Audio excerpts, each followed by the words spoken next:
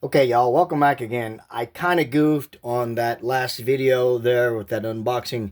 I was going to take and put all these P Metallica in the deli cup on that last video.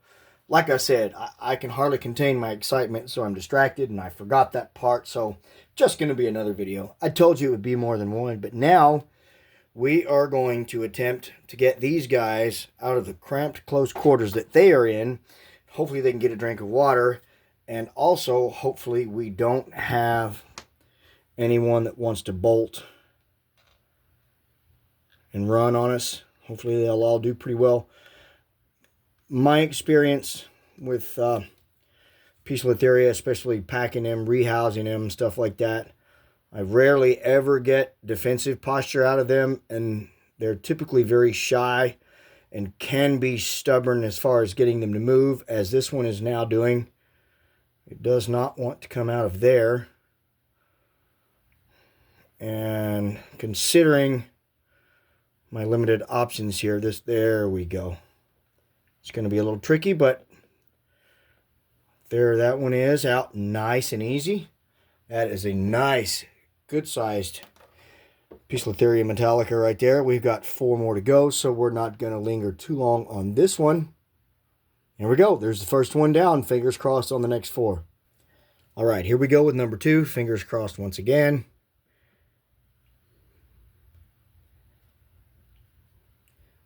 Unfortunately, not just this species, but this whole genus gets a bad rap because of the fact that they can be extremely fast, and they also have a medically significant venom.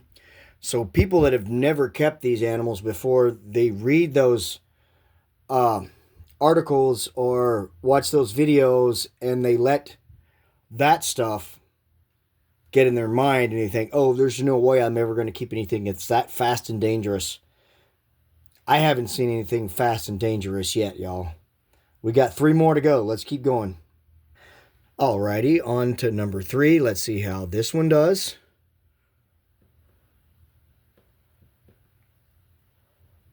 Wanting to be stubborn like the first one and go back into that enclosure because it doesn't understand that I am trying to put it.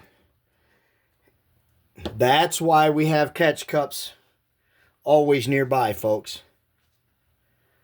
Fortunately, that one didn't decide to show us the speed that it's capable of, and a lot of that's probably because it has been cooped up in a box for a few hours.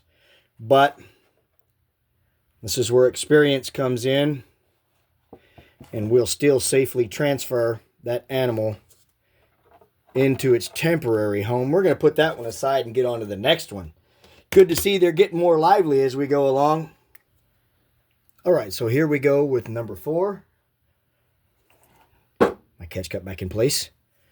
Maybe this one will come along nice and peaceful. Wanting to continue to back out. There we go. No more running. Stupid me, I misplaced the lid. There we go. Let's move on to the last one. And we save the best for last. No, I'm just kidding. Hopefully this will be the most peaceful of them all. This one appears to be, by all accounts, the largest of all of them. And as I said, these guys are subadults at this point, so it's only going to take a couple of more molts before we'll know what's male and what's female. Fingers crossed that we have more females than we do males. This is a very popular tarantula species, so if I breed them, it won't be hard to get rid of the spiderlings. Now, you missed part of that on the camera, but it did come out of the enclosure because it wanted to go somewhere. But because I had the enclosure off of the table, it didn't have contact with the table, so it just kind of ran around the outside of the cup, and now you can see it's gone inside and it's trying to hide. Yeah, that's a really fast, deadly animal right there. Y'all, thank you for watching this video. Look for the other ones coming pretty soon. Like, comment, share, subscribe. Take care of yourselves and each other. Look at those colors. Wow. Once again, Raul, thank you very much. I will keep you updated on these guys. And when we get some babies, you'll be receiving some. Thank y'all for watching. God bless.